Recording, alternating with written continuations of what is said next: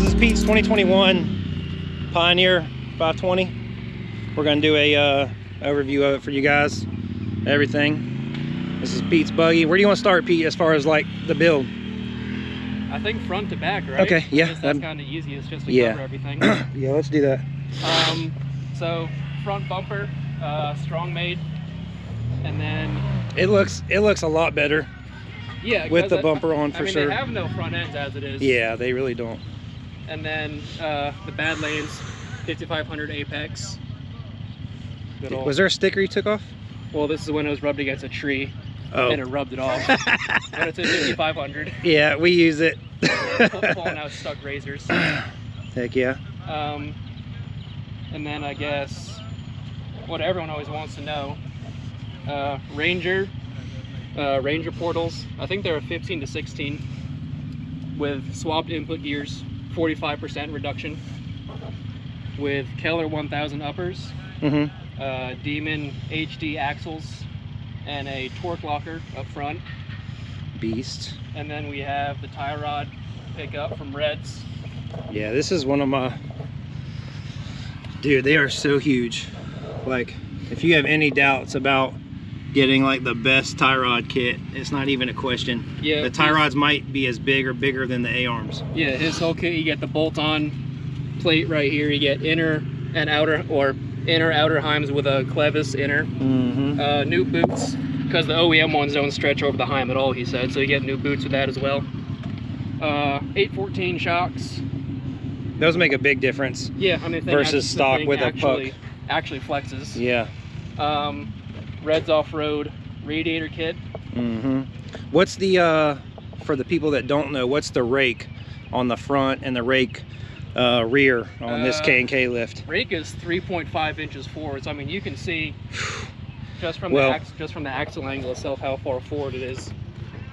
Yeah, the biggest thing is there is an 1.5 inches on a stock Joe's kit, and this tire would have been eating this, and now I have my fist between the bar and the tire just to show you how much extra room you have. That's insanely forward compared to the Joe's kit as far as fitting a tire. You just you got to get the shocks just like you do a Joe's kit. Yeah, that it'll flex fine. I mean, also because with the bracket lift from the kit, you get your shocks at a more straight up and down angle. Because before you could see where the preload was way up here. I mean, I've lost half preload just going with an up and down setting. Yeah. More vertical.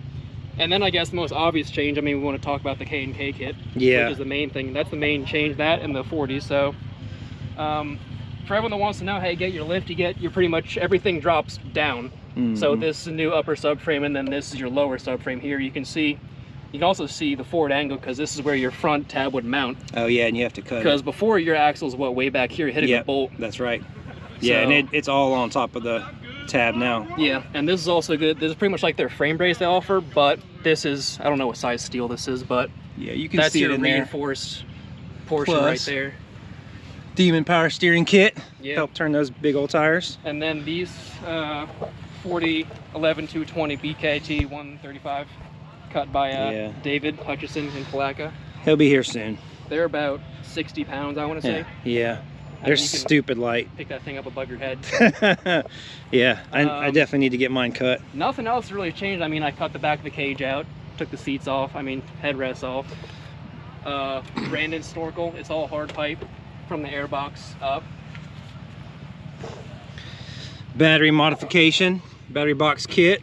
That, and then there's the fuses. Yeah, the relay box and the fuse block is back here. We move behind the seat, get it up higher. Clean up the battery box section. And then rear K&K kit, another bracket lift there, just move the shock out a lot more, because before that angle was more than 45 degrees, so it had no real rebound to it. But yeah, this lift is super strong. It is thicker and bigger than Joe's kit for sure. Yeah, me looking at it, it looks thicker. There's no rear brake in this buggy. I removed the brake. I removed the pinion brake as well here. Yeah, no pinion brake to stop, mess up your differential, which is a big thing on these machines. And also no rotor to turn, take off that extra unsprung weight. That, and then the Moose 2-inch receiver, good frame stiffener, and also good snatch point, drag point. Yeah, they need it. That little thing, when you're going big, it is just not near enough, for sure. And then you're running a set of GSPs in the rear. These things been in here for a while. Yeah, I mean, I have no issue with them. Brandon said the only one side is plunging, but I mean, I've had this thing on 2 wheels on the trailer, drop down. They haven't broken yet. I'm sure at one point they will break, but they're pretty equivalent to the Demons, I'd say. Personally. Yeah, no, the shaft, the size is like all the same as a Demon.